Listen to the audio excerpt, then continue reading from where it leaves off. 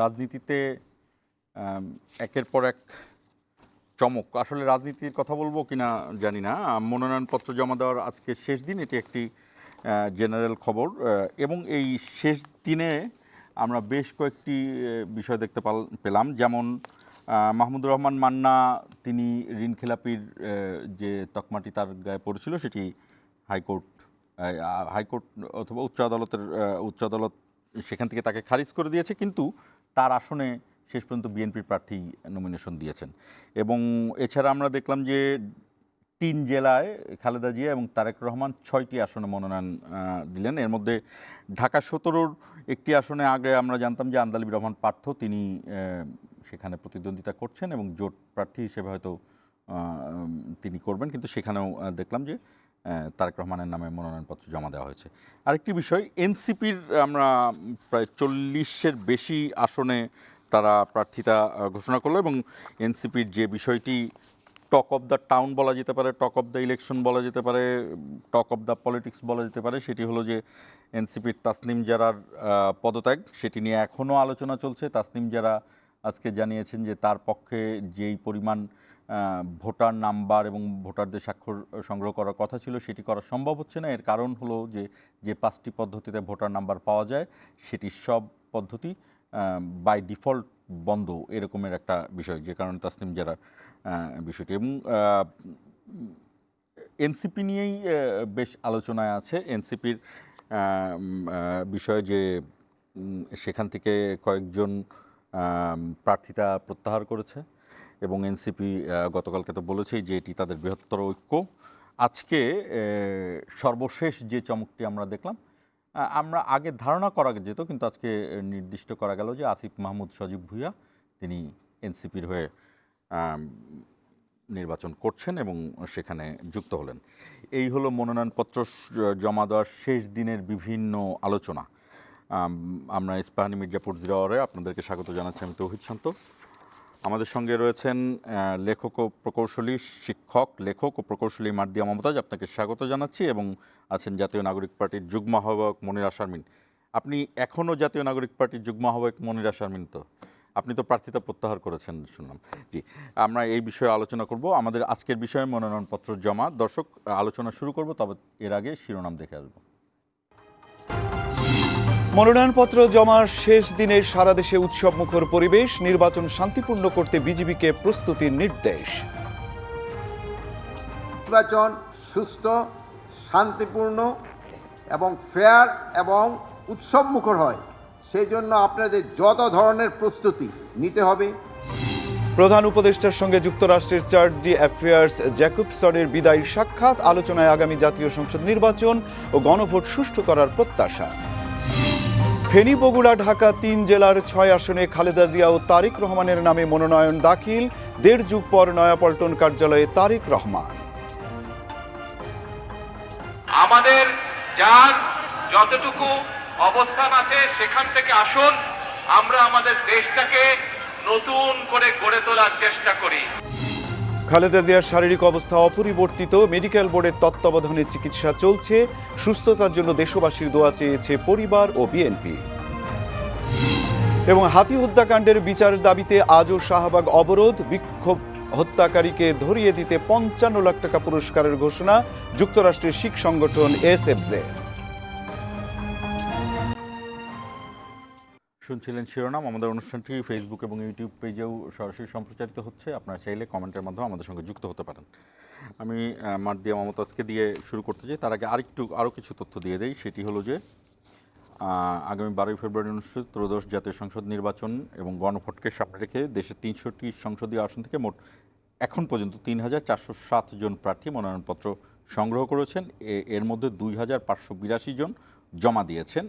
মানে কিছুক্ষণ আগ পর্যন্ত আমরা নির্বাচন কমিশনের তথ্য থেকে পেয়েছি, হয়তো বা এটি বাড়তে পারে। এবং ঢাকা জেলার 41টি আসনে, ঢাকা জেলার 41টি আসনে সর্বোচ্চ 444টি মনোনয়নপত্র জমা পড়েছে এখন পর্যন্ত। ফরিদপুরের 15টি আসনে সর্বনিম্ন 142টি মনোনয়নপত্র জমা পড়েছে। এই হলো ডেইলি স্টারের সূত্র মতে, নির্বাচন কমিশন এবং ডেইলি স্টারের সূত্র মতে জানলাম। আমি মার্দিয়া মমতাজ, আমি একটু জেনারেলাইজডভাবে জানতে চাই যে কি মনে হচ্ছে, কেমন মনে হচ্ছে নির্বাচনের পরিবেশ সব কিছু মিলিয়ে কেমন মনে হচ্ছে? নির্বাচনের পরিবেশ, রাজধানীর পরিবেশ, সারা দেশের পরিবেশ, আইন শৃঙ্খলার পরিবেশ, সব কিছু মিলিয়ে এই মনোনয়নপত্র জমা সব কিছু মিলিয়ে কেমন মনে হচ্ছে আপনার কাছে? জি, আপনাকে এবং সহ আলোচককে ধন্যবাদ জানাচ্ছি। আসসালামু আলাইকুম। আসলে আমি এখানে আসার কিছুক্ষণ আগে শাহবাগ থেকে এসেছি। তো আমার কাছে আসলে সবচাইতে বড় সিনারিও এখন শাহবাগ। আমাদের ভাই হাদি হত্যার বিচারের আগে আমাদের পক্ষে নির্বাচন নিয়ে চিন্তা করাটা কঠিন। আমি একজন যদি নাগরিকের পক্ষে চিন্তা করি, কারণ এখানে আরেকটা জিনিস সাথে সাথে আসবে যে রাজনৈতিক দলগুলো খুবই উৎসবমুখরভাবে তাদের কার্যক্রমগুলো এগিয়ে নিয়ে যাচ্ছে। নির্বাচনের জন্য এটা দরকার, এটা বুঝলাম। আগামীকাল আরেকটা যশোর নির্বাচন আছে। সব কিছু মিলে সবাই সব দিকে ব্যস্ত, কিন্তু এইটা একটা অনেক বড় কি পয়েন্ট আমি বলবো। আচ্ছা, আমি এখানে একটু আপনার সাথেই যুক্ত হতে চাই। আমরা শহীদ শরীফ ওসমান বিন হাদিকে নিয়ে আমরা আলাদা স্পেলে আলোচনা করতে চাই। জি, আমি এই কারণে আপনাকে প্রথমে আমি আটকাইনি, আপনি আপনার যে বিষয়টি সেটি বলেছেন। এখন আপনি পুরো ইলেকশনের জায়গাটা যদি একটু ব্যাখ্যা করেন। আমরা তো এটা বুঝতে পারলাম যে আপনার এক ধরনের আবেগ এবং এক ধরনের দাবি দুটোই আছে ওসমান হাদির বিষয়ে। এটি নিয়ে আমরা আলোচনা করব। আমাদের 5 নাম্বার হেডলাইনটাও এরকম জি, যে হাদির সেটি নিয়েও আমরা আলোচনা করব। এবং সেই জায়গা থেকে আমি জানতে চাচ্ছি যে ইনকিলাব মঞ্চের বিক্ষোভ নিয়ে আমরা আলাদা স্পেলে আলোচনা করব আজকেই, কিন্তু তার আগে নির্বাচনের সব কিছু মিলিয়ে কেমন মনে হচ্ছে? এখানে তো পরিস্থিতি উৎসবমুখর। আমি যেটা বলছিলাম, প্রত্যেকটা দল তাদের ক্যাপাসিটি অনুযায়ী জোট করছে, কেউ জোট ছাড়ছেন, কিন্তু আমি বলবো প্রত্যেকটা পদক্ষেপই গণতন্ত্রের এক একটা গুরুত্বপূর্ণ জায়গা। আমরা প্রতিদিন শিখছি, গণতান্ত্রিক পদক্ষেপগুলো শিখছি, জানছি। আর এখানে একটা ব্যাপার হচ্ছে প্রার্থিতার ব্যাপারে আসলে এখনও আমার মনে হয় কথা বলার সময় আসে নাই, কারণ মনোনয়নপত্র প্রত্যাহারের শেষ দিন পর্যন্ত আমাদেরকে অপেক্ষা করতে হবে, কারণ এখানে আরও কিছু আফটারম্যাথ বাকি আছে। প্রাইমারিলি হয়তো অনেকে মনোনয়নপত্র তুলেছেন, তবে এখানে কিছু পোল দেখা যাচ্ছে। এই পোলগুলো আমার মনে হয় ইম্পর্টেন্ট। আমরা যদি পরবর্তীতে এটা এই পোল বলতে কি বোঝাচ্ছেন? জি, আমরা দেখতে পাচ্ছি যে জোটের মাধ্যমে আসলে মেইনলি দুইটা পোল তৈরি হচ্ছে। বিএনপি নেতৃত্বাধীন একটা পোল, জামাত নেতৃত্বাধীন একটা পোল, যেখানে জামাত এনসিপি আছেন, বিএনপির সাথেও কিছু ধর্মীয় দল আছে। একটা ধর্মীয় দল এখন পর্যন্ত ফাইনাল করেছে। তো এইটা আগামী দিনে আমাদের দেশের রাজনীতিতে একটা নতুন ডাইমেনশন যোগ করবে, কিছু নতুন উদাহরণ তৈরি হবে আমার মনে হয়। এই আর কি। এই পোল নিয়ে আরো আলোচনার আর কোনো বিশ্লেষণ নাই আপনার? আপনার কোনো প্রশ্ন থাকলে করতে পারেন। আচ্ছা, কিন্তু আমার প্রশ্ন আসলে তো আমি কথা তো তো অবশ্যই অনেক, প্রশ্ন করবো, তাই কিন্তু না? আমি জেনারেলাইজড ভাবে আপনার কাছেই জানতে চাচ্ছিলাম যে আপনি কি ভাবছেন এটা নিয়ে, এই নির্বাচনের এই সব কিছু মিলিয়ে? জি না, দেখেন এখানে তো আসলে অনেক ধরনের অসন্তোষ, অনেক ধরনের এক্সপেকটেশন তৈরি হচ্ছে। আপনি যদি আমাকে বলেন, আমি ভাবছিলাম আপা কথা বলার পরে আমি আরেকটু কথা বলবো। এখানে আমার আজকে যেটা সবচাইতে ভালো লাগছিল সেটা হচ্ছে যে কিছু কিছু আসনে কিছু কিছু জায়গায় হয়তো একটা দল অনেক দিন পর্যন্ত একজনকে দিয়েছে এবং মনোনয়ন করেছে দলের পক্ষ থেকে, এবং সেখানে কাজ চলছিল, সেখানে তার জায়গায় আরেকজনকে দেওয়া হচ্ছে যিনি অপেক্ষাকৃত হয়তো কম বয়সের, কিন্তু তাদের মধ্যে একটা মেনে নেওয়ার একটা মানসিকতা আছে। এটা আমার কাছে মনে হয় বাংলাদেশের রাজনীতিতে একটা রিমার্কেবল জিনিস। আমি আপনাকে একটা আসনের কথা বলতে চাই। আমাদের এনসিপির হাসনাত আবদুল্লাহর আসনে দীর্ঘদিন ধরে জামাতের পক্ষে মনোনয়ন নিয়ে কাজ করছিলেন সাইফুল সাহেব। তারা দুজন একসাথে হাসনাতের জন্য মনোনয়নপত্র জমা দিতে গিয়েছেন।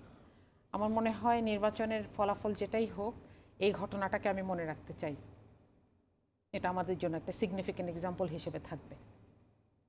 আপাতত এটুকুই। মনিরা শারমিন, আপনাকে ওই জেনারেলাইজ দিয়ে যে নির্বাচন নিয়ে কি আপনি কেমন দেখছেন নির্বাচনের বিষয়ে? এটা এই কারণে বলছি যে আমাদের গেল 3টি নির্বাচনের ভোটটা ওইভাবে খুবই উৎসব মুখরভাবে হয়নি, সেই জায়গার থেকে আপনি কি ফিল করছেন কি? আপনি এটি রাজনীতিবিদ হিসেবে চিন্তা করেও বলতে পারেন, আপনি একজন সাধারণ ভোটার হিসেবে চিন্তা করেও বলতে পারেন। ধন্যবাদ। কি ফিল করছেন? জি, ধন্যবাদ আপনাকে, আমার সহ-আলোচক আপাকে ধন্যবাদ এবং যারা দেখছেন তাদের শুভেচ্ছা। দেখেন, নির্বাচনের বিষয়ে যদি আমি সার্বিকভাবে দেখতে চাই তাহলে মানে আমি বলতে চাই যে মানে গত 2-1 দিনের মধ্যে বাংলাদেশের রাজনীতিতে বলেন এবং নির্বাচনে বলেন অনেক ধরনের নতুন কথা চলে এসছে এবং নতুন খবর চলে এসছে। এর মধ্যে আপনি যেটা বললেন যে আসলে বিএনপির এক ধরনের জোটের প্রক্রিয়াতে আছে এবং আমি যদি বলি যে জামাতও তার আসলে যেই জোট গঠন প্রক্রিয়া সেখানে আছে। সুতরাং এবং এর বাইরেও আরেকটা বিষয় আছে, সেটা হচ্ছে যে এখন পর্যন্ত নির্বাচন প্রক্রিয়ার মধ্যে আমরা ঢুকে গেছি আর আজকে নির্বাচনের মনোনয়নপত্র জমা দেওয়ার শেষ দিন। কিন্তু তারপরেও আমি আজকে আসছিলাম, আজকে বাসা থেকে বের হওয়ার পরে আমি যে রিকশায় উঠেছিলাম সেই রিকশাওয়ালা মামা আজকেও জিজ্ঞেস করছেন যে মামা নির্বাচনটা কি হবে, মানে কোনো তো আওয়াজ শুনি না, নির্বাচন হলে অমুক ভাইয়ের সালাম নিন, তমুক ভাইয়ের সালাম নিন, এই টাইপের তো আসলে এক ধরনের উৎসব মুখর গান বাজনা এসব চলে। তো সেই জিনিসগুলো আমরা আসলে দেখতে পাচ্ছি না, বা সাধারণ মানুষের জায়গা থেকে সেই জিনিসগুলোর এক ধরনের মানে এখনও তো আসলে ওই পর্যায়ে যায়নি। এবং এর মধ্যে আমরা দেখলাম যে আমাদের সহযোদ্ধা শহীদ ওসমান হাদি, তার যেই গুলিবিদ্ধ হওয়ার ঘটনার পর থেকে তার মানে এই মৃত্যুটা, মর্মান্তিক মৃত্যুটা, এটি কিন্তু তরুণ যারা রাজনীতিবিদ তাদের মনের মধ্যে এক ধরনের ভয় তৈরি করেছে এবং সেটি কিন্তু বর্তমান রাজনীতি বলেন এবং নির্বাচন বলেন সেটির উপর এক ধরনের প্রভাব পড়েছে এবং সেই পরিবর্তনগুলো কিন্তু আমরা দেখতে শুরু করেছি। এবং এই ক্ষেত্রে আমি বলবো যে সরকারের পক্ষ থেকে যে বারবার করে নির্বাচনের দিকে আমাদের ঠেলে দেওয়ার যে ব্যাপারটা, আমরা যেতেই চাচ্ছি, ঠেলে দেয়া, আমরাও যেতে চাচ্ছি এবং ঠেলে দেওয়া, যেখানে আসলে পরিস্থিতিটা আসলে কতটা মানে নির্বাচনের জন্য স্থিতিশীল তার থেকে নির্বাচনের দিকে ঠেলে দেয়া, আপনি কি ঠেলে দেয়া শব্দটাই ব্যবহার করবেন? ঠেলে দেওয়া শব্দটি ব্যবহার করছি ইন এ সেন্স যে যখন আসলে আমার নিরাপত্তা দিতে পারছে না, হাদি কবে গুলিবিদ্ধ হয়েছে আমাদের এটা বুঝতে হবে। নির্বাচন নিয়ে যখন কথা বলছি, নির্বাচনী পরিস্থিতি নিয়ে যখন কথা বলছি, তখন আমার বুঝতে হবে যে তফসিল ঘোষণার পর দিন তাকে গুলিবিদ্ধ করা হলো। তার বিচার চাওয়ার জন্য এখন পর্যন্ত শাহবাগে এই শিশির পড়ছে এই রাতে মানুষ কিন্তু জমায়েত হয়েছে। সুতরাং নির্বাচনী একটা সুষ্ঠু নির্বাচনের জন্য এবং নির্বাচন প্রক্রিয়ার মধ্যে আমাদের ভালোভাবে ঢোকার জন্য কয়েকদিন পরে ফুল ফ্লেজে নির্বাচনী প্রচারণা শুরু হবে। তখন আসলে নির্বাচনের পরিবেশটা কি হবে এটিও একটা গুরুত্বপূর্ণ বিষয়। সুতরাং যখন কিনা সরকার এই নির্বাচন আয়োজন করবে এবং আমাদের বলবে যে আপনারা যান, আপনারা কাজ শুরু করেন, আচ্ছা তো মনোনয়নপত্র জমা দেওয়ার শেষ দিন ছিল, সুতরাং আমাদের যখন পাঠাচ্ছে, আমাদের যখন নির্বাচনের দিকে তারা ঠেলে দিচ্ছে, কিন্তু সেখানে আসলে জায়গাটা কি অবস্থা এটিও কিন্তু খুব গুরুত্বপূর্ণ ব্যাপার। এবং আমরা কিন্তু এটাও শুনেছি যে ইলেকশন কমিশনারের পক্ষ থেকে এত গুরুত্বপূর্ণ একটা দায়িত্ব যিনি পালন করছেন, তিনি বলছেন যে নির্বাচনের সময় এই ধরনের হত্যাকাণ্ড, এরকম খুন খারাপি আলাদাভাবেই কথা বলবো আমরা। এটা আসলে হাদির হত্যাকাণ্ড না। আমি যখন নির্বাচনটার সার্বিক পরিস্থিতি ব্যাখ্যা করব তখন এই বিষয়গুলো খুবই গুরুত্বপূর্ণ। আইন শৃঙ্খলা বাহিনী, মানে এটাকে বলা আইন শৃঙ্খলা পরিস্থিতি, যেটি আমি মার্দিয়া মোহাম্মদের কাছেও এটাই জানতে চাচ্ছিলাম যে আইন শৃঙ্খলা নিয়ে তিনি কি বলছেন। হ্যাঁ, এবং দেখেন আরো গুরুত্বপূর্ণভাবে আজকের আরো কিছু ঘটনা, সেটা হচ্ছে বিএনপির কিছু মানে বিএনপির একজনকে মনে হয় শিবিরের একজন তাকে মানে খুব ভয়ঙ্করভাবে আহত করেছে, শরীয়তপুরের ঘটনা সম্ভবত। তো এই যে বিষয়গুলো, মানে এই বিষয়গুলো কিন্তু এখনই সামনে আসছে। সুতরাং এই জিনিসগুলো অবশ্যই নির্বাচনের সময় যাতে আসলে এই বিষয়গুলো আইনশৃঙ্খলা বাহিনী এবং সরকারের পক্ষ থেকে একটা প্রোঅ্যাক্টিভ ভূমিকা থাকে, এই বিষয়গুলো আমাদের আসলে কনসিডারেশনে নিতে হবে। না হলে শুধুমাত্র আসলে এই বিষয়গুলো ইগনোর করে বিচ্ছিন্ন ঘটনা বলে এগুলোকে পার পাওয়া যাবে না। আর আমি যদি বলি যে পোলারাইজেশন এখন আমরা দেখতে পাচ্ছি, আপা খানিকটা বলবার চেষ্টা করেছেন যে এখন আমার ব্যাখ্যাটা হচ্ছে যে বিএনপি এবং ভার্সেস একটা ইসলামিস্ট এক ধরনের কিছু দল একসাথে হওয়া। তো সেইটার ক্ষেত্রে আমারও মনে হয় যে আমি যেটা বলি, আজকে এখানে আমি কথা বলছি, আমি এনসিপির পক্ষ থেকে কথা বলছি, তবে আমি কিন্তু নির্বাচন থেকে নিজেকে প্রত্যাহার করেছি। নির্বাচন থেকে নিজেকে প্রত্যাহার করবার একটা গুরুত্বপূর্ণ কারণ হচ্ছে যে আমাদের একদমই সাম্প্রতিক সময়ে যে সিদ্ধান্তটি নেওয়া হয়েছে সেইখানে আসলে আমার নীতিগত জায়গা থেকে আমি নিজেকে নির্বাচন থেকে প্রত্যাহার করেছি। আমি আসলে তরুণ রাজনীতিবিদ হিসেবে 5 আগস্টের পরের যে রাজনীতি, সেই রাজনীতি তো আসলে 5 আগস্টের আগের রাজনীতির সাথে মিলবে না।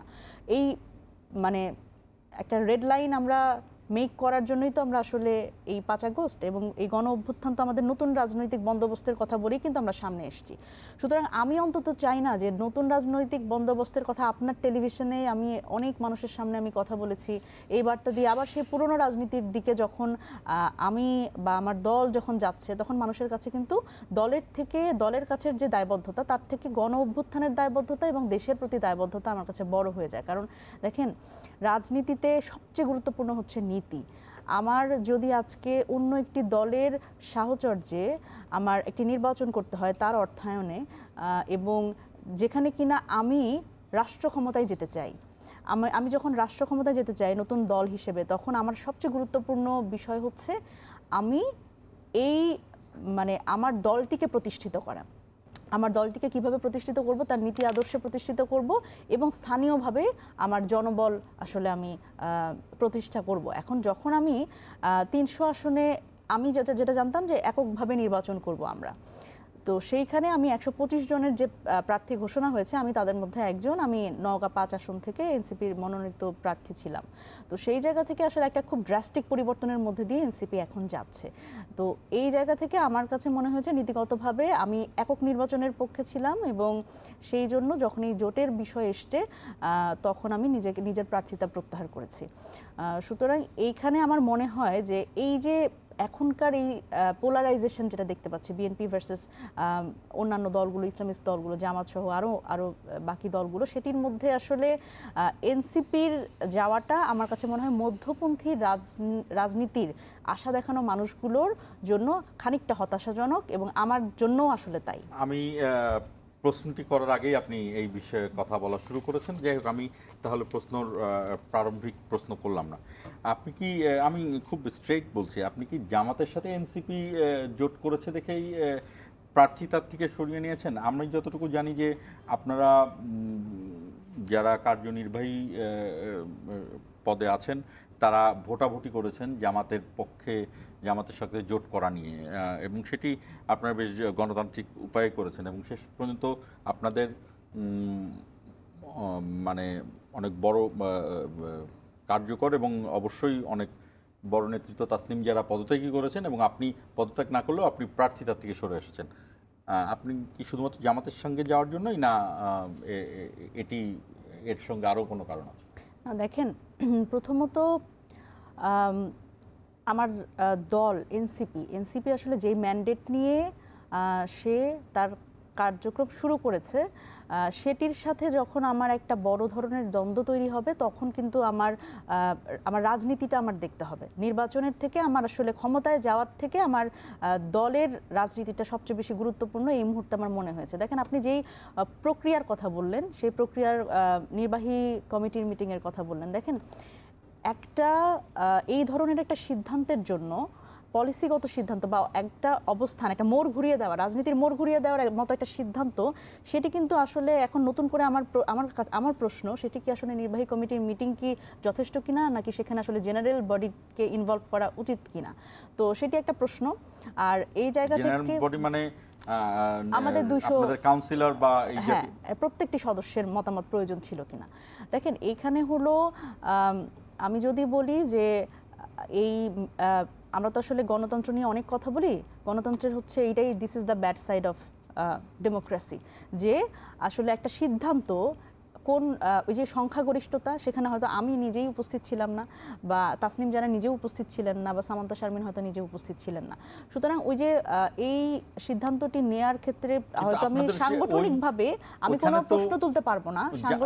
জামাতের পক্ষে যাওয়ার জন্য বেশিরভাগ সিদ্ধান্ত পড়েছে। জি, এখন ওইটাই আর কি, সাংগঠনিকভাবে এই প্রক্রিয়াগত দিক থেকে আমি প্রশ্ন তুলতে পারবো না, তবে আমি হচ্ছে প্রশ্ন তুলতে পারি যে এই বিষয়টা যেহেতু এই বিষয়ে সিদ্ধান্ত হয়েছে, কিন্তু তারপরও আমার যে আপত্তির জায়গা জামাতের সেটি সাথে আমি জোটে গেলে মানে এখানে আমি আবারও জিজ্ঞেস করছি, জামাতের সাথে জোটে গেলে আপনার মানে প্রবলেমটা কি? আচ্ছা, বা মানে আপনার না, আসলে রাজনৈতিকভাবে এটা তো ব্যক্তিগত প্রবলেম না, এটা দলের রাজনৈতিক ক্ষেত্রে।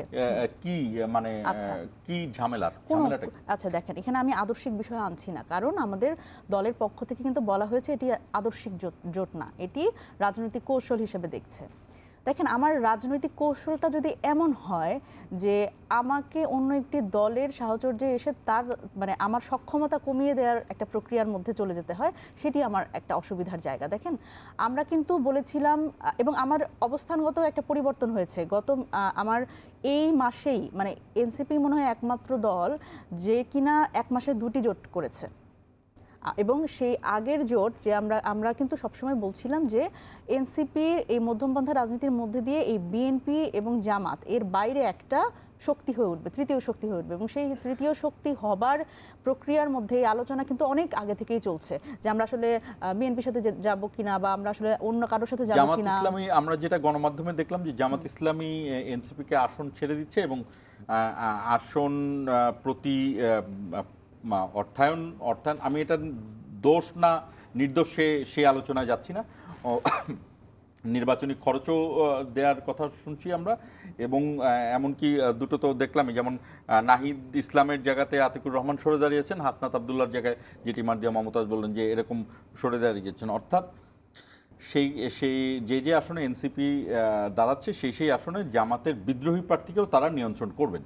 তো এই জায়গা থেকে নাহিদ ইসলাম যেটি বলেছেন যে বৃহত্তর ঐক্য, এবং তিনি যেটি বুঝিয়েছেন আমি যতটুকু বুঝতে পেরেছি যে জুলাই সনদ যাতে ফসকে না যায় এই ধরনের একটা বিষয় তিনি সামনে এনেছেন, এবং সেই কারণে তারা একটা ভয়ের থেকে এই জামাতের সাথে এই বৃহত্তর ঐক্যের জন্য জোট করেছেন, যাতে বিএনপি যদি যায়ও বিএনপির বিরুদ্ধে যেন তারা শক্তিশালী বিরোধী দল। এটি হলো নাহিদ ইসলামের ব্যাখ্যা। আচ্ছা, আমি হচ্ছে আগেরটা শেষ করি যে কেন আসলে আমি এই বিষয়টা আমার মানে দলীয় স্বার্থে আমি কেন এটার বিরোধিতা করছি।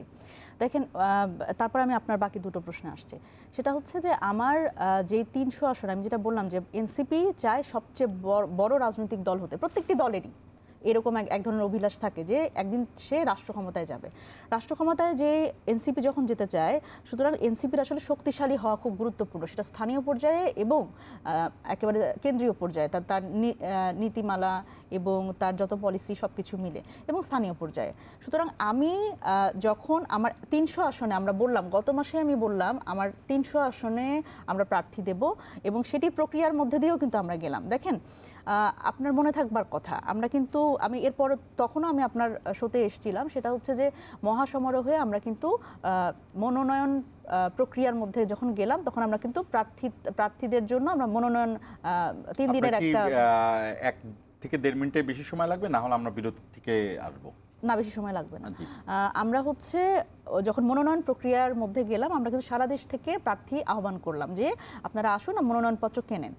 তখন যদি আমি বলতাম যে আমরা কিন্তু এরকম কোনো একটি দলের সাথে জোটে যাব, তখন যদি এই ডিক্লারেশনটা আসতো, সেটি জাস্টিফাইড হতো। এবং আমি কিন্তু তখন সেই মানুষগুলোকে বলিনি যে আমরা আসলে কোনো একটি দলের সাথে জোটে যাব, এবং এই যে 125 জনের প্রার্থিতা দিল, সেই প্রার্থিতার এখন তো কোনো অবস্থান নাই। সুতরাং সেই প্রার্থিতা বাতিল করে এখন আমরা 30 থেকে 40টি আসনের জন্য একটি দলের সাহচর্যে যাচ্ছি, এবং যেটি করছি সেটা হচ্ছে যে বাকি আসনগুলোতে আমি সবাইকে বলছি যে ওই দলের জন্য ক্যাম্পেইন করতে। সুতরাং এটি আমার দলের প্রথম, দেখেন এটি কিন্তু খুব গুরুত্বপূর্ণ এনসিপির জন্য, তার দলের প্রথম নির্বাচন। এই নির্বাচনে যদি আমরা এই ধরনের একটা বিহেভিয়ার দেখিয়ে ফেলি, সাধারণ মানুষ কিন্তু সেখানে হতাশ হয়, যারা আসলে এনসিপিকে মধ্যপন্থী রাজনীতি বলেছে। এবং দেখেন, জুলাই সনদের ক্ষেত্রে আমি যদি বলি, এই জায়গাতে কিন্তু আমাদের নাহিদ ইসলাম তিনি নিজেও কিন্তু বলেছেন যে জুলাই সনদ স্বাক্ষরের সময় এক ধরনের নেতিবাচক মন্তব্য কিন্তু উনি করেছেন যে আমাদের ব্যাপারে, যে তারা আসলে বিশ্বস্ত না, তারা রাজনৈতিকভাবে প্রতারণা করেছেন। সুতরাং সেই জায়গা থেকে আমি আবার কিভাবে বিশ্বাস করছি, এটিও একটি ব্যাপার। এবং ভয়ের কথা যদি বলি, যে নাহিদ ইসলাম ভয় পায় না, একজন বিপ্লবী কখনোই ভয় পায় না। আপনি দেখেছেন যে হাদি আগের দিনও বলেছে যে আমাকে যদি কালকেই রিকশায় যেতে কেউ গুলি করে তাহলে তো আমাকে মেরে ফেলো, কোনো অসুবিধা নাই। সুতরাং এই ধরনের বিপ্লবীরা কখনো আসলে ভয় আপনি পায় তো না। আপনার দলের প্রধানের বিরুদ্ধে কথা বলতে পারছেন, আমার সমালোচনা করতে পারছি, কিন্তু সমালোচনা করছেন। নাহিদ ইসলাম তো ভয় পায় না। নাহিদ ইসলাম তো বিপ্লবী, আমি জানি না সে কেন এই কথাটি বলেছে। নাহিদ ইসলামের সিদ্ধান্তের বিপরীতে কথা বলতে পারছেন, বিরুদ্ধে হ্যাঁ, কথা বলতে অবশ্যই, কারণ আমরা তো 70 অনুচ্ছেদ শুধু সংসদে ইউজ করবো, সেই জন্য তো আসলে আমরা 70 অনুচ্ছেদ চাইনি। আমরা তো দলের মধ্যেও এটি করব। নির্বাচন হোক না হোক, আপনার নির্বাচনে যান না যান, এটি তো অন্তত আপনাদের দলে প্রতিষ্ঠিত হলো যে দলীয় প্রধানের সিদ্ধান্তের বিপরীতেও বা সংখ্যাগরিষ্ঠের সিদ্ধান্তের বিপরীতেও কথা বলা যায়। মার্জিয়া মমতাজ, আপনার কাছে আমার প্রশ্ন থাকবে, আমরা বিরতিতে যাব, তার আগে আমি প্রশ্ন রাখছি। সেটি হলো যে যেই পোলারাইজেশনের কথা আপনি বলছিলেন, সেটি হলো যে বিএনপি লেড একটি পোলারাইজেশন এবং জামাত নেতৃত্বে কর্নেল ওলি, যিনি মুক্তিযোদ্ধা, এবং এর আগে মেজর আক্তার জয়েন করেছেন। জামাত ইসলামের মুক্তিযুদ্ধের যে ফ্যাক্ট অ্যান্ড ন্যারেটিভে জামাত ইসলামী এক ধরনের ফাইট করে যায়, স্ট্রাগল বললে স্ট্রাগল, আবার ফাইট বললে ফাইট, এবং এটি হয়তোবা করতে হবে বাংলাদেশ যতদিন থাকবে এরকম মনে হয়। সেই জায়গাতে কর্নেল ওলির এলডিপি জয়েন করেছে, এনসিপিও জয়েন করেছে। এই পোলারাইজেশনটার ব্যাখ্যাটা আমি আপনার কাছে জানতে চাইবো। সেখানে আপনি মনিরা শারমিনের কোনো বক্তব্যের যদি কানেকশন করতে পারেন করবেন, না হলে আপনার ব্যাখ্যাটা জানতে চাইবো। দর্শক আমাদের সঙ্গে থাকুন, 1 মিনিটের বিরতি নিচ্ছি।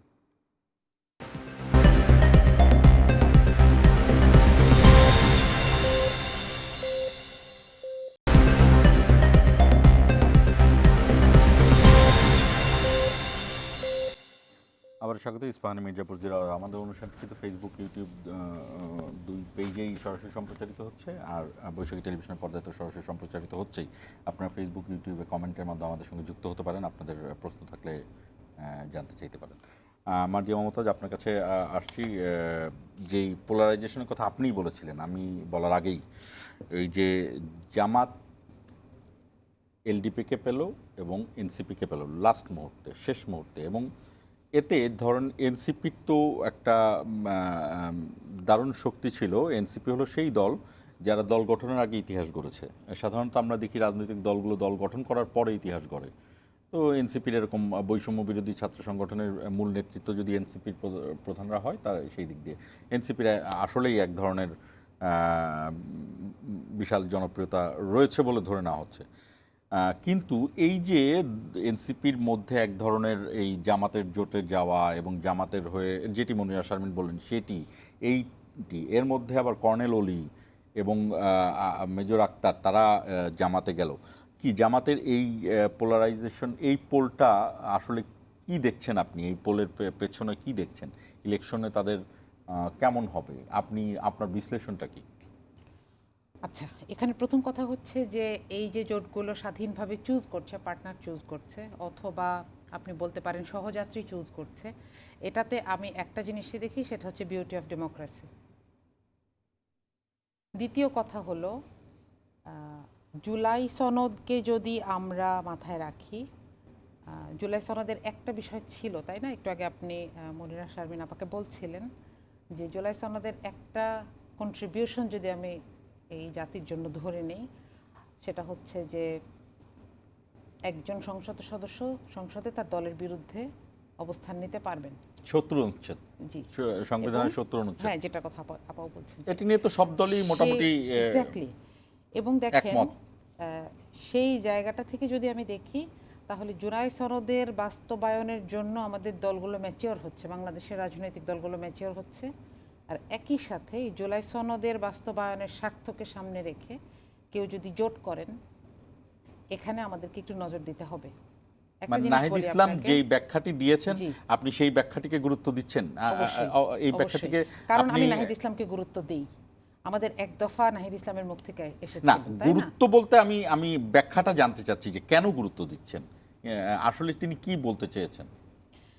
এখন এটা যদি এনসিপির কাছে একটা অনাস্থার বিষয় হয়ে থাকে যে অন্য কোনো দলকে চুজ করলে জোটের সমর্থক বা জোটের পার্টনার হিসেবে তাদের এই জায়গাটাতে একটা অনাস্থা আসছে, সেই আশঙ্কা থেকে যদি তারা জামাতের জোটের সাথে আসেন, সেখানে তো অসুবিধা নাই।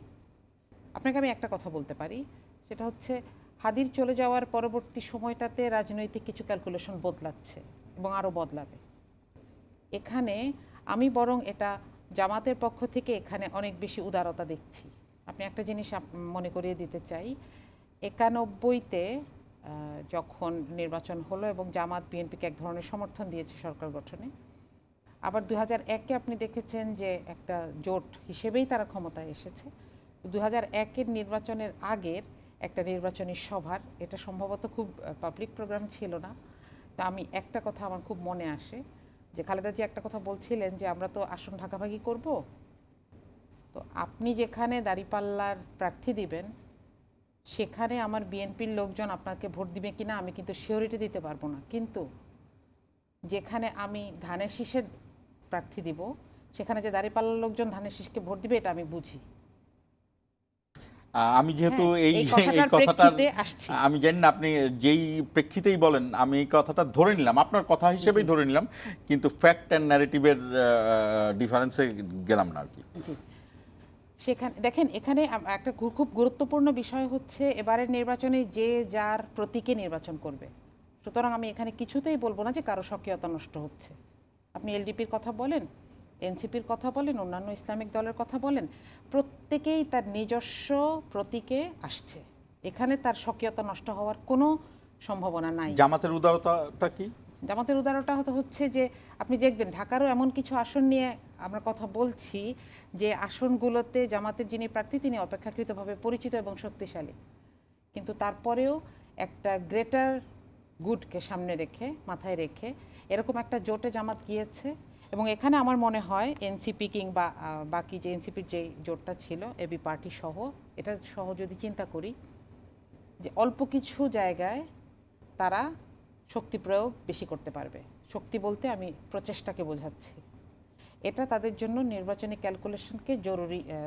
ক্যালকুলেশনকে সহজ করে দিবে আমার মনে হয়। এবং বিশেষ করে আমার কাছে একটা জিনিস লাগে যে এনসিপি যদি মাথায় রাখতে চায় যে আমরা জুলাইয়ের কিছু যোদ্ধাকে সংসদে দেখতে চাই, এবং এখন আমাদের জন্য এটা একটা খুব গুরুত্বপূর্ণ ইস্যু হয়ে গেছে এখন 12ই ডিসেম্বরের পরে। তো এইটাকে মাথায় রেখে যদি দলগুলো এক ধরনের সমঝোতায় যায়, এটার মধ্যে আমি কোনো নেগেটিভ কিছু দেখছি না। তবে হ্যাঁ, আপনি যেটা বলছিলেন যে মনিরা শারমিন বিপক্ষে কথা বলছেন, জামাতের লোকজনের মধ্যেও অসম্ভব অসন্তোষ আমি দেখতে পাচ্ছি। কেউ কেউ তার এলাকার বলছে যে আমার জন্য কঠিন হয়ে যাবে, কিন্তু তারপরেও এই জায়গাটা আমাদেরকে বুঝতে হবে। আমার মনে হয় বেশ কিছু সময় আছে, দলগুলো তাদের নিজস্ব জনশক্তিকে এর ব্যাপারে রাজি করতে পারবে, তাদের সাপোর্ট। আচ্ছা, এখন আমার কথা হলো যে আমি আরেকটি প্রশ্নের উত্তর চাই। সেটি হলো যে এই যে জামাতের সাথে জোট করা নিয়ে তাসনিম যারা পদত্যাগ করলেন, মনিরা শারমিন সহ আরও বেশ কয়েকজন, আমি যতটুকু জানি 30 জন তারা ভোট নোট অফ ডিসেন্ট দিয়েছেন যে আমরা দলে থাকব, কিন্তু এই সিদ্ধান্তের সঙ্গে জামাতের সঙ্গে জোটের যে নির্বাচন, এই সিদ্ধান্তের সঙ্গে আমরা একমত নই। এই জায়গাটি কি জামাতের এই জোটের জন্য খুব উপকারী হবে বলে মনে হয় আপনার? দেখেন, একই সঙ্গে জামাতের কিন্তু সেই মুক্তিযুদ্ধ বিরোধী যে ফ্যাক্টটা আছে, আমি ন্যারেটিভে যাব না, ফ্যাক্টে যাচ্ছি, সেই ফ্যাক্টেও কিন্তু ফাইট করতে হবে তাকে। এটা জামাতকে সবসময় করতে হবে। কেন জানেন? কারণ জামাতের যে কথাগুলো আলাদা, সেই কথাগুলোকে চাপা দেওয়ার জন্য এটাকে সবসময় ব্যবহার করা হয়। এটা নতুন কিছু না। আমার মনে হয় যারা জামাতের ব্যানারে নির্বাচনে যান কিংবা জামাতের ব্যানারে কোথাও যান, তাদের মাথায় এটা থাকে। এটাকে নতুন করে বলার কিছু নাই। এবং এটা সম্ভবত যতদিন জামাত থাকবে ততদিন জামাতকে ফাইট করতে হবে। ইভেন যদি কেউ এখান থেকে বের হয়ে অন্য কোনো দলেও যায়, নাম বদলে কোনো পার্টিতে যায়, তাকেও এই প্রশ্নের জবাব দিতে হবে। হ্যাঁ, এটাকে এক ধরনের স্ক্রিন হিসেবে ব্যবহার করা হয় তার কাজগুলোকে ঢেকে দেওয়ার জন্য। না, আপনি যে ব্যাখ্যা দিচ্ছেন এটা আমি জানি। আমি জানতে চাচ্ছি যে এটা কিন্তু আপনি বুঝি, মানে আমরা যারা নিজেদেরকে একটু মনে করি যে অল্প কিছু জানাজানির মধ্যে থাকি, কিন্তু সাধারণ মানুষের কাছে এই জায়গাটা ফ্যাক্টর হবে কিনা? সাধারণ মানুষের কাছে যদি আমরা যাই, সাধারণ মানুষের কাছে আপনি দেখবেন, আমি আপনাকে একটা প্রমাণ দিতে পারি। সাধারণ মানুষের কাছে কাজ ইম্পর্ট্যান্ট ন্যারেটিভের চাইতে। প্রমাণটা কি? জামাতের আমির জেনজির কাছ থেকে কিছু ভিডিও চাচ্ছিলেন, তিনি নিজের পেজেও এটা বলেছেন, একটা ভিডিও দিয়েছেন এবং তারা তাকে ভিডিও পাঠাচ্ছে। এই ভিডিওগুলো হচ্ছে এক্সপেকটেশন নিয়ে, তাদের এক্সপেকটেশন নিয়ে। আপনি দেখবেন সেখানে ওরা সমস্যাগুলোর সমাধান দেখতে চায়, ওরা ন্যারেটিভ বিক্রি করা দেখতে চায় না, ন্যারেটিভ নিয়ে কথা চালাচালি দেখতে চায় না, তাই না? তো এখন একটা পার্টি হিসেবে তার সামনে যে কাজগুলো থাকে, আপনি যদি দেখেন যে জামাত যে কথাগুলো বলে বা যেই পার্টিগুলোই যে কথাগুলো বলে সেগুলো হচ্ছে কাজ কেন্দ্রিক, যে আমি এই কাজ করব, আমি এই কন্ট্রিবিউশন করব। সেখানে মানুষ এখন এইটুকু বুঝে যে কারা শুধু এটা করছে আর কারা শুধু সামনে এসে বলছে ওরা খারাপ। হ্যাঁ, এই যে একটা নেগেটিভ মার্কেটিং এর ব্যাপারটা করে, ওরা মুক্তিযুদ্ধ বিরোধী বা ওরা এটা করছে না সেটা করছে না, তাদের নিজস্ব কর্মসূচি জিজ্ঞেস করেন। জামাত ইসলামীর যে অবস্থানটা, এটা কিন্তু মানে ফুলিয়ে ফাঁপিয়ে যতটুকু বলা হয় সেগুলো বাদ দিলাম, কিন্তু এক লাইনে এটি কিন্তু ন্যারেটিভ নেই, এটা কিন্তু ফ্যাক্ট। ন্যারেটিভ আর ফ্যাক্টের ডিফারেন্স নিশ্চয়ই আপনি বুঝেন। এই ফ্যাক্টকে কি বাংলাদেশ যতদিন থাকবে ততদিন ফাইট তো করতে হবে, আপনি নিজেও বললেন। এটা জীবিত রাখা হবে, তর্কের স্বার্থে এটাকে জীবিত রাখা হবে। হ্যাঁ, এটা যদি পলিটিক্যাল রেটরিক হিসেবেও জীবিত রাখা হয়, এটা তো অন্য পলিটিক্যাল দল নিবেই, সেটি যদি বিএনপি না, বিএনপির দোষের কি? আপনি দেখেন এখানে যে ধরনের কথাবার্তা বলা হয়, যে ধরনের ফ্যাক্ট বলা হয়, সেই ফ্যাক্টগুলো বলা, সেইগুলো ব্যাপারে দায়ী করার লোকজন এখন নাই, সেই জেনারেশন নাই জামাতের নেতৃবৃন্দের মধ্যে বলছি আমি, এবং সেগুলোকে নিয়ে নতুন করে জামাতকে প্রশ্নবিদ্ধ করার মতন ভোটারও নাই। তারা এখন জামাতকে কাজ দিয়ে বিচার করবে, এবং আপনি দেখবেন ইনশাআল্লাহ যে এই কাজ দিয়ে যদি কেউ কাজ করতে পারে, এটা শুধু জামাত না, যে কোনো দলের ক্ষেত্রে। যাব মনিরা, আমি ইচ্ছা করেই আসলে আপনাকে এর আগেরবার ওনাকে দিলাম, আমি আরেকটু আর 1 মিনিটে জানতে চাচ্ছি যে এই ফ্যাক্ট নিয়েই যখন বিএনপি মাঠে যাবে, সেই জায়গাতে বিএনপি কেন সুবিধা পাবে না, সেই সম্পর্কে জানতে চাচ্ছি। বিএনপির যে পোলারাইজেশনে বিএনপি যেই দলগুলোকে নিছে, সেই দলগুলোকে নিয়ে যখন মাঠে যাবে, তখন বিএনপি কেন সুবিধা পাবে না জামাতের চেয়ে বেশি, আপনার কি মনে হয়? জি, এখানে প্রথম কথা হচ্ছে, দেখেন বিএনপি জোট নিয়ে জামাতের সাথে অমুক দল যাচ্ছে তমুক দল যাচ্ছে, এটা নিয়ে কথা বলে মাঠ গরম করছে, কিন্তু সেটা নিয়ে কথা বলার রাইট অন্তত বিএনপির না, আমি ব্যাখ্যায় যাচ্ছি না। 2, আপনাকে মানুষের সামনে বলতে হবে যে আমি এই কারণে আমাকে ভোট দিবা। এটা না করে আমি যখন আপনার সামনে রিপিটেডলি বারবার বলবো অমুক অমুক অমুক এরকম, তাকে ভোট দিও না, এটা আসলে এখনকার মানুষ এভাবে সিদ্ধান্ত নেয় না। জি, আমি বিরতিতে যাওয়ার আগে আমি প্রশ্ন দুজনকেই রেখে গেলাম। প্রশ্নটি হলো দুটো বড় ঘটনা হলো, একটি তারেক রহমানের প্রত্যাবর্তন বাংলাদেশে, এবং শরীফ ওসমান বিন হাদি শহীদ হাদির জানাজা। এই দুটার যে জমায়েত, এই জমায়েতটা খুবই সিগনিফিকেন্ট। এই জমায়েতের মধ্যে একটার মধ্যে বিএনপির সরাসরি অংশগ্রহণ রয়েছে, আর একটার মধ্যে সামগ্রিক দলের অংশগ্রহণ রয়েছে, কোনো একটি দলের অংশগ্রহণ নাই। এই দুটিকে আমি যে ওসমান হাদি সম্পর্কে কথা বলেছিলাম, এটি আসলে এই কথাটাই বলবো, যে এই দুটির বিশ্লেষণ জানতে চাই। দর্শক আমাদের সঙ্গেই থাকুন, আসছি 1 মিনিট পরে।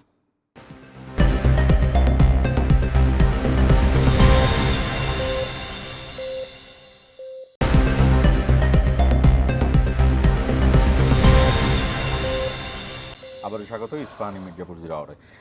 মনিরা, বিরতির আগে প্রশ্ন করেছিলাম যে দুটি বড় ঘটনা, একটি বিএনপির তারেক রহমান আসলেন, এবং তারেক রহমান এখন বাংলাদেশে 17 বছর পর আসছেন। তারেক রহমানের এই প্রত্যাবর্তন, গণমাধ্যমের অনেক গণমাধ্যম এটাকে রাজস্বিক প্রত্যাবর্তন বলছে। লক্ষ লক্ষ জনতা তাকে সংবর্ধনা জানিয়েছেন, এবং তার কিছুদিন আগেই 18ই ডিসেম্বর না, শহীদ ওসমান হাদির জানাজা হলো। সেই জানাজায় আমরা দেখলাম এরকম লাখ লাখ মানুষ, এবং সেখানে শুধুমাত্র কোনো একটি নির্দিষ্ট দল ছিল না, সব দলই ছিল, এবং সব দলের চেয়েও বড় কথা হলো সেখানে সমবেত মানুষ ছিল। এই দুটোর বিশ্লেষণ জানতে চাই, পলিটিক্যাল বিশ্লেষণ জানতে চাই। দেখেন, আমি জানি না এটা প্রশ্নটা ঠিক হলো কিনা, কোনো টকশোর প্রশ্ন কিনা। আচ্ছা, না দেখেন, তারেক রহমান দেশে আসবেন বা আসছেন, এটা তো আমরা বহুদিন ধরে শুনছিলাম, এবং বরং আমরা এটা নিয়ে আরও অনেক সমালোচনা করেছি যে তিনি 5 আগস্টের মানে এই গণ অভ্যুত্থানের পরেও তিনি কেন দেশে আসছেন না, এবং আরও গুরুত্বপূর্ণভাবে তার মায়ের অসুস্থতা, মানে ভয়ঙ্কর রকম অসুস্থতা, এর মধ্যেও আসলে তিনি আসবেন কি আসবেন না, এই দোলাচল আসলে এই নিয়ে আমরা বহু আলোচনা করেছি।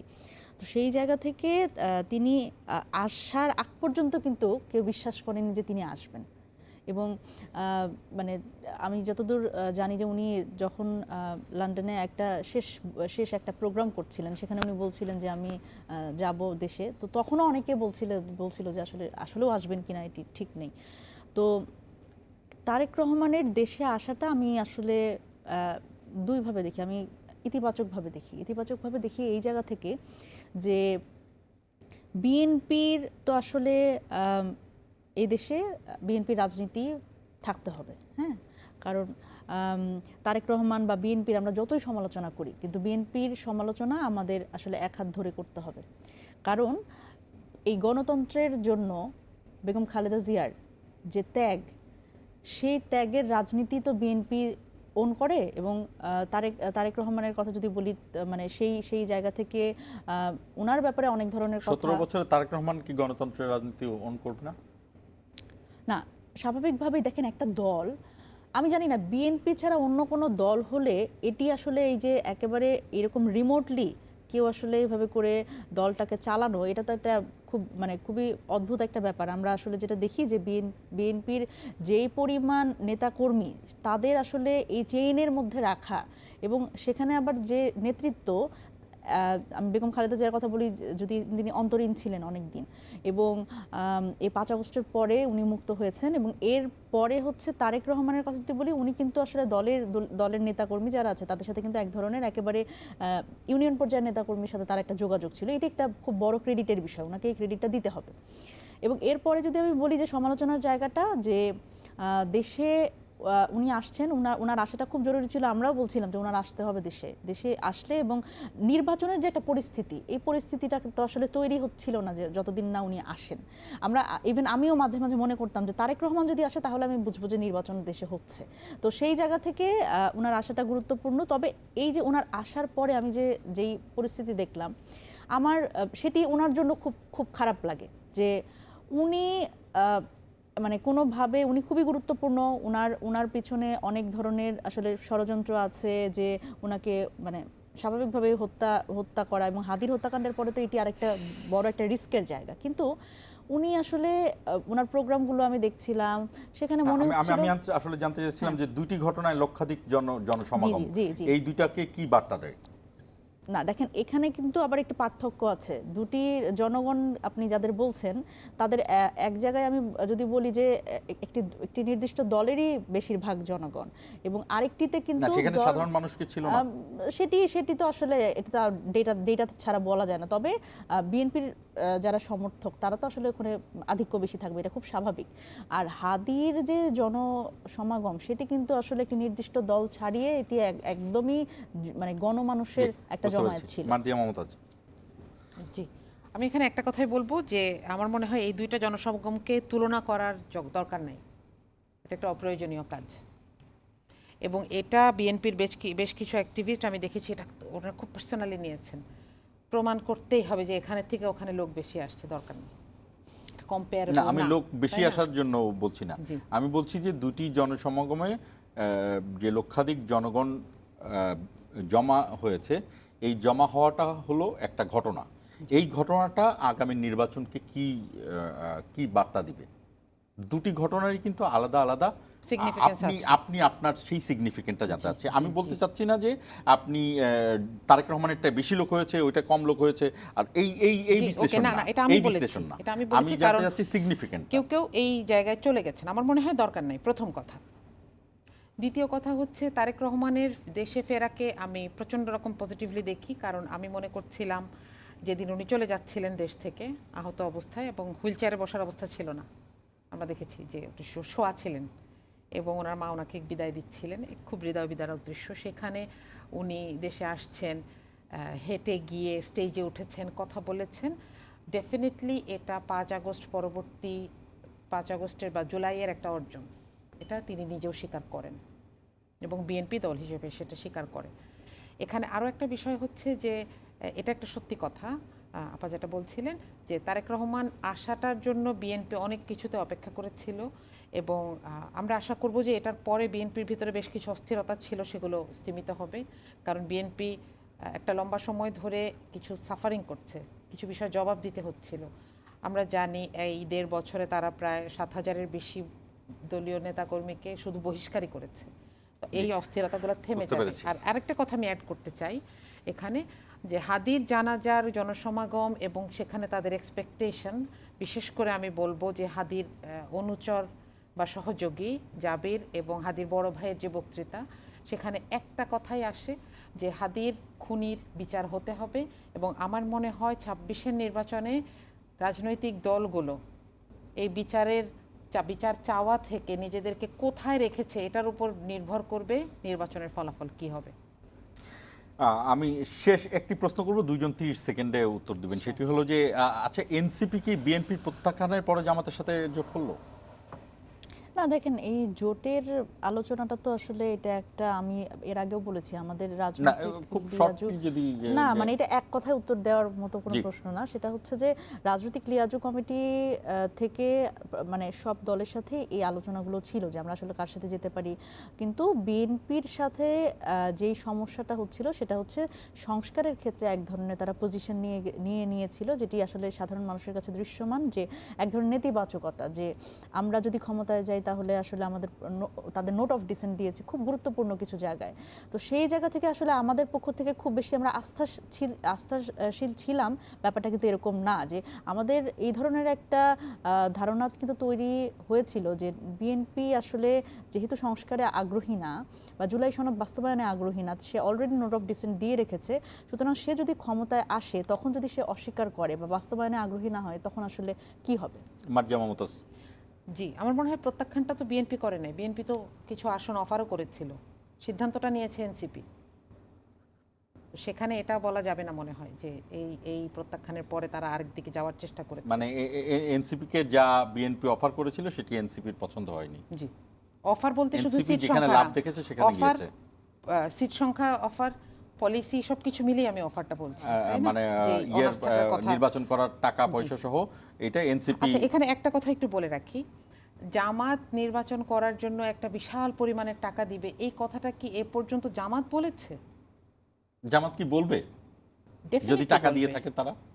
আচ্ছা, এখন তো জামাতের সবকিছু শুধু নিজের দলের মধ্যে সীমাবদ্ধ না, এটা আমরা জানবো, কিন্তু এই মুহূর্তের জন্য আমি বলতে চাই এই কথাগুলোকে যারা মাঠে ছড়িয়েছে তারা উদ্দেশ্যমূলকভাবে ছড়িয়েছে, যে টাকা ছড়িয়ে এদেরকে বশ করছে। এটা রাজনৈতিক পলিসি, আমাদের রাজনৈতিক ইতিহাসের জন্য এটা লজ্জাজনক একটা ঘটনা। আপনাদের দুজনকেই ধন্যবাদ আমার সঙ্গে যুক্ত হওয়ার জন্য। দুটি ঘটনা, শরীফ ওসমান বিন হাদি, শহীদ হাদির জানা যায় যে মানুষের সমাগম, লক্ষাধিক মানুষের সমাগম, লাখ লাখ বাংলাদেশির সমাগম, এবং তারেক রহমানের ফিরে আসা। তারেক রহমান 17 বছরে তার ভাইকে স্যাক্রিফাইস করতে হয়েছে, তার ভাইকে দেখতে পারেননি। তার মা তিলে তিলে অসুস্থ হয়েছেন, সেটি হয়নি। শরীফ ওসমান হাদি তার জীবনটাই দিয়ে দিয়েছেন। 32 বছরের টকবগে একজন তরুণ, তিনি বলতে বলতে হাসতে হাসতে জীবনটা দিয়েছেন, যে তিনি চাইতেন যে মিছিলের অগ্রভাগে তিনি থাকবেন, একটি বুলেট তার মাথা এফোর করে দিবে, এবং সেটিই হয়েছে। শরীফ ওসমান হাদির সেই জায়গাটি যেখানে মানুষের হৃদয় ধরা। তারেক রহমানের ত্যাগও কম নয়, তারেক রহমান তো 17 বছর ধরেই আসতে পারেননি। কিন্তু এই যে দুই ঘটনায় যে জনসমাগম, সাধারণ চোখে আমি একজন ভোটার হিসেবে যদি চিন্তা করি বা সাধারণ নাগরিক হিসেবে চিন্তা করি, এই দুই সমাগম আসলে বলতে চায় যে বাংলাদেশ একটি সুষ্ঠু ভোটের অপেক্ষায় আছে, যেই ভোট বাংলাদেশকে স্বাধীন করে তুলবে, বাংলাদেশকে সার্বভৌম করে তুলবে, বাংলাদেশকে অন্যান্য দেশের সঙ্গে বন্ধুত্বের হাত বাড়ানোর জন্য গড়ে তুলবে। তবে কোনো দেশ যদি প্রভুত্বের কোনো চোখরাঙানি দেয়, সেখান থেকে বাংলাদেশ যেন চোখে চোখ রেখে কথা বলতে পারে, সেই দিকে নিয়ে যাবে। সেই রকম সুষ্ঠু ভোটের প্রত্যাশায় শেষ করছি ইস্পাহানি মির্জাপুর জিরা আওয়ার।